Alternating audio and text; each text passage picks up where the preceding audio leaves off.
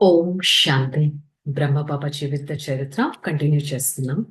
ఈశ్వరీయ జ్ఞానం ద్వారా సమాజ్ సుధార్. ఈశ్వరుడి జ్ఞానం ద్వారా ఏ విధంగా సమాజం అంతా బాగుపడింది తెలుసుకుందాం.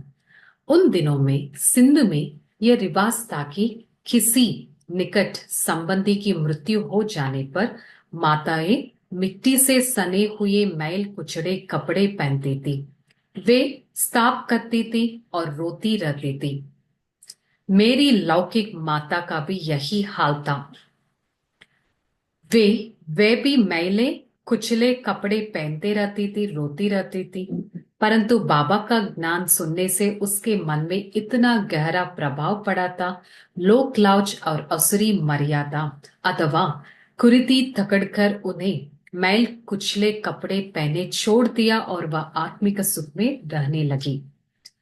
ओम मंडली में आने वाले अनेक अनेक माताओं के जीवन में इस प्रकार की सुधरी गई है। ఆ రోజుల్లో సింధులో ఒక రీతి రివాజు ఉండేది. ఎవరన్నా వారి దగ్గరి సంబంధికుల మృత్యువు జరిగింది అంటే ఆ ఇంట్లో ఉన్న మాతలు ఎంతో మురికి పట్టిన వస్త్రాలను ధరించి ఎంతగానో లోపలే ఉండిపోయి ఏడుస్తూ ఉండేవారు.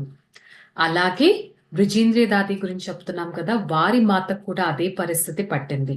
కానీ బాబా జ్ఞానం వినడంతో ఆ వారి తల్లి కూడా ఎంత ప్రభావితమయ్యారంటే లోక మర్యాదలు అన్నిటినీ వదిలేసి వారు ఎలాంటి బాధపడకుండా ఆత్మిక సుఖాన్ని ఎక్స్పీరియన్స్ చేసుకున్నారు.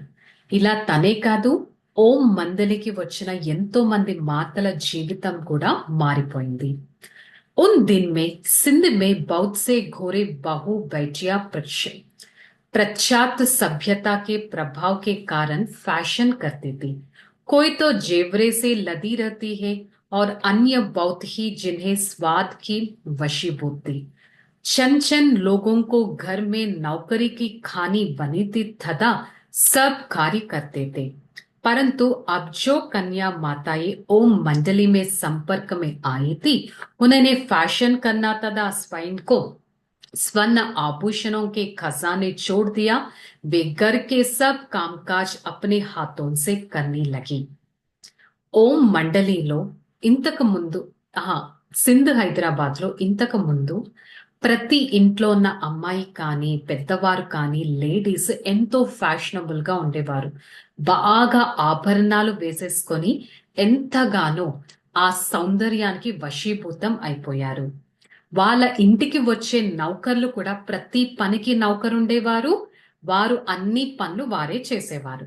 కానీ ఏ కన్యలు మాతలైతే ఓం మండలికి వచ్చారో వారి ఫ్యాషన్స్ అన్ని వదిలేసి ఆభరణాలు ధరించడం కూడా వదిలేసి తమ చేత్తో ప్రతి పని చేసుకున్నారు.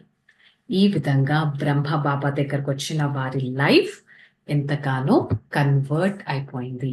సో రేపు ఎపిసోడ్ లో మళ్ళీ మనం ఇంకొంచెం తెలుసుకుందాం. ఓం శాంతి.